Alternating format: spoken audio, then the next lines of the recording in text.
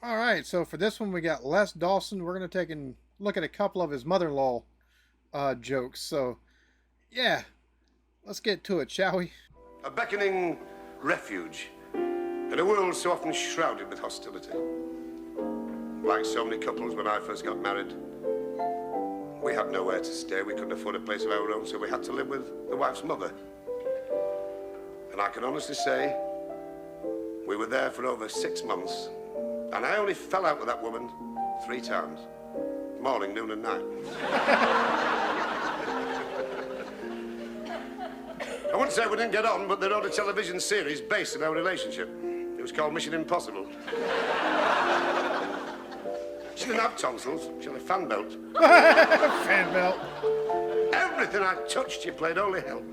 She'd stand there and glare at me like a frustrated moose. She'd fold her arms like 2 sides of gammon. Mouth like a workhouse oven. She said, don't you touch anything of mine. You leave things alone. For instance, that television set, that's mine, it's paid for, it's not rental. I'll select the programs, I'll switch the set on and off, not you. And another thing, don't you just turn the immersion heater on when you feel like it willy-nilly. Immersion heaters cost money. It's 2 kilowatts. I'll put it on. You give me 2 days' notice. And another thing.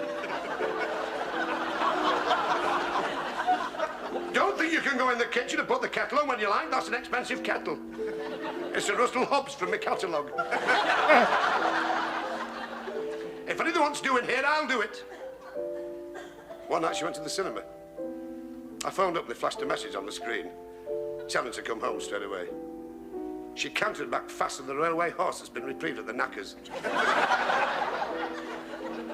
She stood there, she said, what's wrong? I said, nothing, the fire won't spoken.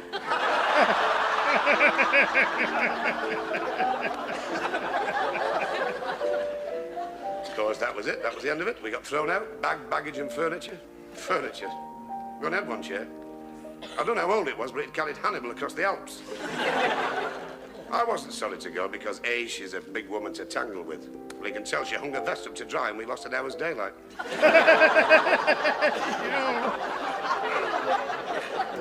Bro, his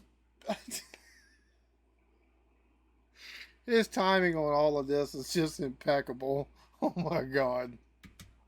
We used to use her drawers for hang gliding.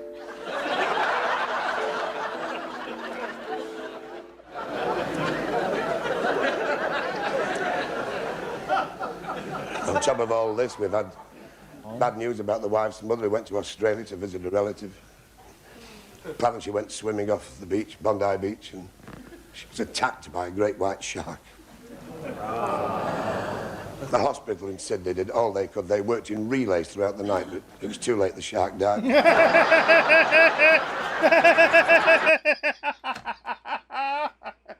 Yo, it sounds like his mother-in-law's a tough old bird. Oh my goodness.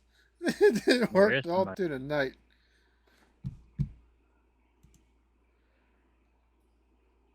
I'm recording. I didn't even know I was still on this shit. I'll holla at you later. All right, bud. Every year for the last 7 years, the wife's mother's been to our house for Christmas. This year we had a chain who let her in. The funny thing is, the night before she arrived, I'd been dreaming about it. It was wonderful. I dreamt she was an old sports car and had my foot right down on the throttle. She came the day before Christmas Eve morning. I'll never forget it. The day was like any other. The wife was getting ready for work. I could hear her revving up the bulldozer. My little lad came downstairs. He said, read me a horror story, Dad, so I gave him the rent book. Just then, I heard that knock on the door, that dreaded knock. I knew damn well it was the wife's mother because all the mice in the pantry would throw themselves on the traps.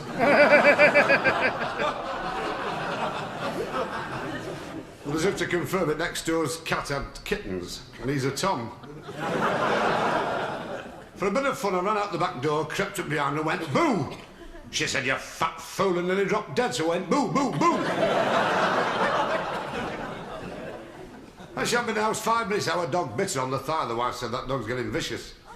I said, I know, I'm taking him to the vet tomorrow. She said, we have him destroyed. I said, no, I'll have his teeth sharpened. Well, you couldn't blame the dog. You never seen a face like the wife's mother. You can tell what she's like during the war. She was a model for shrapnel. Yeah! She went to Ireland last year. A model for shrapnel. Holy crap. Oh my god. That's like telling someone they look like they got drawn left-handed by a right-handed person. Oh, Jesus. She tried to kiss the Blarney Stone and it spit at her. I can't do right for that woman. I said, what would you like as a Christmas present, beloved? She said, get me something portable to match my complexion. She went mad when I gave her a pigskin handbag. Never enjoyed Christmas one bit with her this year. For a start, she got drunk on Christmas Eve and started singing all the songs she'd learnt as a stormtrooper. The wife had got a turkey, I don't know from where. I'm not saying it was tough, but when I plucked it, I found a karate diploma. Tragedy struck. The wife's mother was brought home. She'd had an accident at work. Bit of a messy affair. Apparently a hot rivet had dropped down her drawers and she'd fell off the oil rig.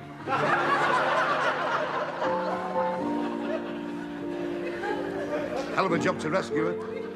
Because she's so fat, she capsized a tanker and ruptured a diver. She'd always been a violent woman, but after the accident she went worse, until finally one night in a public house of ill repute, I saw her lying on the floor in a pool of cheap gin and Britvic. And 6 big men were kicking her and hitting her with bar stools. One of my neighbours said, are you going to help? I said, no, 6 of them should be enough.